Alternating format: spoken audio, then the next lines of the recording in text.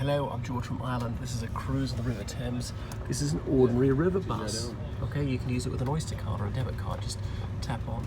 Look, there's a memorial for the Royal Air Force, that golden eagle there. Some boats here. That one, Tattersall Castle, is moored there permanently. It's a pub on the river. Doesn't actually sail anywhere. And look at these tugboats carrying rubbish hither and thither. Passenger boats. Some of the pleasure cruises only operate in the summer. Look how low the level of the water is. And if we zoom in, can we zoom in? How do I get this bloody thing zooming? Okay, we've got the brightness. We don't want to check brightness. We want to zoom. Look at those lions built into the embankment wall with the big rings in their mouths, so you can tie up your boat there.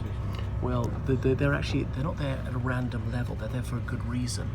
These green metal head lions, because there's an old saying to tell you there's a flood warning system. When the lions are drinking, London is sinking.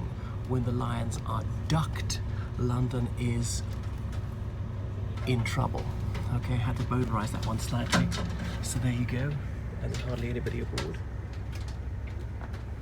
Over there, London County Hall. You can't really see it from this angle. And then, so our boat is a little bit like this one. Our boat, the one I'm on, is smaller than the one we can see right there. This is Old Father Thames. You see there's a brisk breeze blowing. You see the flags fluttering up there above the Ministry of Defence. Don't know what this middle flag, this flag here is. That's the Union flag, obviously. And there's the Union flag, another Union flag, and the white ensign, which is the flag of the Royal Navy. Okay, with the British flag in the top left-hand corner. Okay, and then we're coming in, so a lot of foam being churned up by the turbines, is that what you call them? The back propellers, forgive me. I don't know much nautical jargon. And so these things, we're going west. Some of them get to go west, a few stops turn east. Usually they zigzag from North Bank to South Bank to North Bank to South Bank as they're going. So you can get them from central London all the way to Putney. Now the minimum charge for a journey is £7, but they're going one stop or a bit further. £8 is the maximum charge from the centre of London, Westminster, for example, all the way to Putney. You can see there's got some steps there where people would get along off their boats. Obviously it was a proper means of transport on the river in the old days, and it still is. Well, it's come back in a big way in the last 20 years because people began to work out that rather than being stuck on road traffic, you're often faster going by boat. Depends where you're going to, and then the tube is very crowded. I mean, I've never seen these things crowded. It's a rare day when all the seats are taken on these boats. You might have to stand up occasionally, and what a way to travel. Okay. So over there you can see the bottom of the London Eye, that huge Ferris wheel, the second largest Ferris wheel in the world.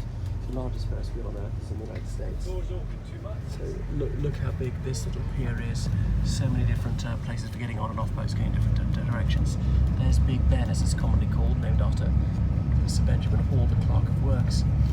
It's actually the Elizabeth Tower, but commonly called Big Ben, and it's under massive renovation. So it's not going to chime for a few years except for special occasions like New Year's Day or Remembrance Sunday. And there's Portcullis House, where the members of Parliament have their offices, only opened in 2000. And a bit of Scotland Yard is in the headquarters of the Metropolitan Police there. Although Scotland Yard has moved its location several times. We're going under Westminster Bridge. Remember, composed on Westminster Bridge by William Wordsworth. Earth hath not a sight more fair to show than this. Dull would he who could pass by a tide in a sight so touching in its majesty. The city doth the morning like a garment wear. Fields, temples, houses lie open unto the fields, open unto the heavens and unto the sky.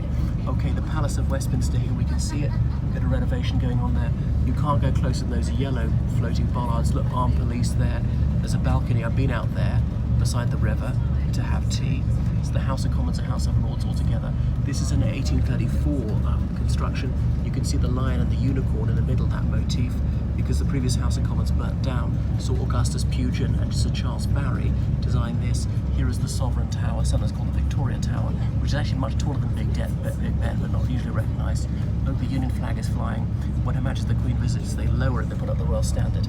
She visits only once a year, usually, the state opening of Parliament. Okay, so there we have some MPs and their offices overlooking the river here. Look, another place to land by the river, though I don't know when that last time's been done. And then these Westminster Palace gardens, various memorials. the various politicians, suffragettes, and people who helped to abolish slavery. Over there, St Thomas's Hospital, where Frances Nightingale worked for quite some time. Okay, so Westminster School is just beyond these trees. I remember when I was just after I left school, I bumped into some schoolboys from Westminster, and they were having an art lesson there, sketching. And look at these boats moored here at the Thames, seem to be here all the time. You can see a bit of the foreshore of the Thames. There used to be mudlarks in the late 19th century, going there looking for anything of any value they could find, like coins, other valuables, jewellery if they're very lucky, more likely buttons. Okay, and then we're coming up to the headquarters of MI5, the Internal Security Service. There's two twin grey buildings with the flags flying, and you know the lower windows are all obscured. Can't remember what this memorial is about.